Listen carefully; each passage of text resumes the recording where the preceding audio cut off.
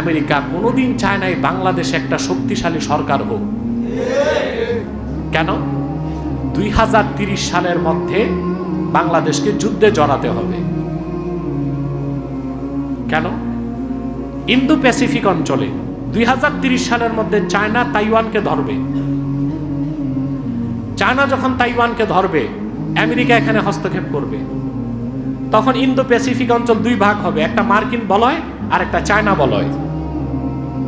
এখন যে যুদ্ধ হচ্ছে, যুদ্ধের মূল কারণটা কি জানেন? স্ট্রেট অফ হরমুজ প্রণালী। এটা দিয়ে পৃথিবীর 1/5 তেল আসে। স্ট্রেট অফ হরমুজ হচ্ছে 21 মাইল পাস।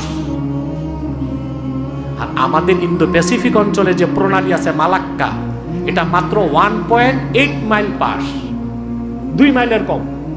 2 মাইলের এখানে যদি যুদ্ধ হয়, মালাক্কা প্রণালী বন্ধ হয়ে যাবে, আমেরিকাও মরবে, চায়নাও মরবে, যুদ্ধে জড়াবে ভারত, সিঙ্গাপুর, যুদ্ধে জড়াবে বার্মা, আর পাটা পুতার ঘষা খাবে বাংলাদেশ।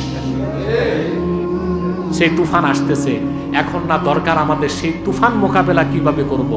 আমাদের সিদ্ধান্ত নিতে হবে, আমরা কি মার্কিন বলয়ে যাব না চায়না বলয়ে যাব। মার্কিনীদের বলয়ে যাওয়া বিপজ্জনক, ওদের শত্রু নিরাপদ থাকে আর ওদের বন্ধু ধ্বংস হয়ে যায়।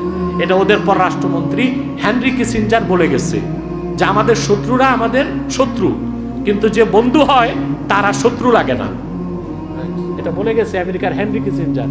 অতএব অবশ্যই আমাদের উচিত চায়না রাশিয়ার সাথে পররাষ্ট্রনীতিকে মজবুত করা, ভারতকেও শায়েস্তা করে ঠিক রাখা, মার্কিন আগ্রাসন থেকে দেশকে বাঁচানো। আপনারা আলী রিয়াজ আর ডক্টর ইউনূস যে সনদ করে দিয়ে গেছে, এটা নিয়ে মারামারি বাদ দেওয়া দরকার।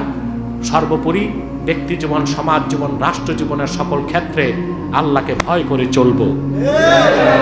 ব্যক্তি জীবনও সফল হব, আখেরাতেও সফল হব।